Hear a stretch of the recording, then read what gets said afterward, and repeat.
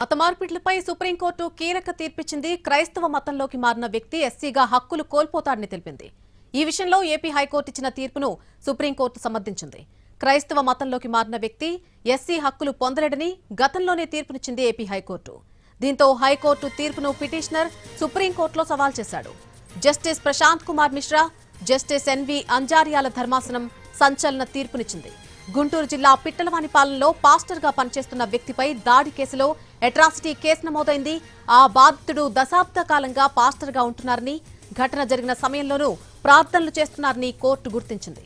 క్రైస్తవ మతంలో కుల వ్యవస్థకు తావే లేదని, అట్రాసిటీ చట్టం కింద ఫిర్యాదు చేసే హక్కు ఉండదని కోర్టు స్పష్టం చేసింది.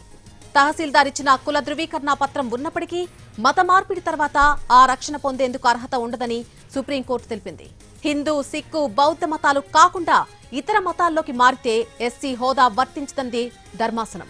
క్రైస్తవ మతంలోకి మారి ఆచారాలను పాటిస్తున్న వ్యక్తి ఇకపై షెడ్యూల్డ్ కుల సభ్యుడిగా కొనసాగలేడని కోర్టు తెలిపింది. రాజ్యాంగం షెడ్యూల్డ్ కులాలు ఆర్డర్ 1950 ప్రకారం ఈ నిబంధనలన్నీ కూడా ఖచ్చితమైనవని వెల్లడించింది. క్రైస్తవ మతంలోకి మారిన వ్యక్తికి ఎస్సీ ఎస్టీ అట్రాసిటీ నిరోధక చట్టం కింద రక్షణ లభించదని తేల్చి చెప్పింది సుప్రీంకోర్టు.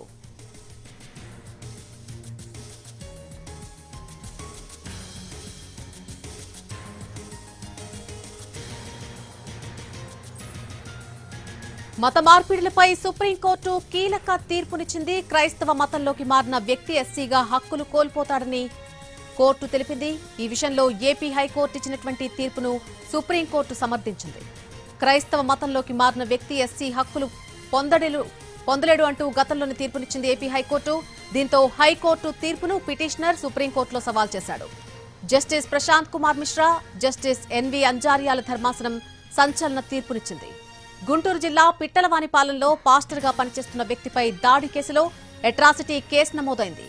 ఆ బాధితుడు దశాబ్ద కాలంగా పాస్టర్గా ఉంటున్నారని, ఘటన జరిగిన సమయంలోనూ ప్రార్థనలు చేస్తున్నారని కోర్టు గుర్తించింది. ఇక క్రైస్తవ మతంలో కుల వ్యవస్థకు తావులేదని, అట్రాసిటీ చట్టం కింద ఫిర్యాదు చేసే హక్కు ఉండదని కోర్టు స్పష్టం చేసింది.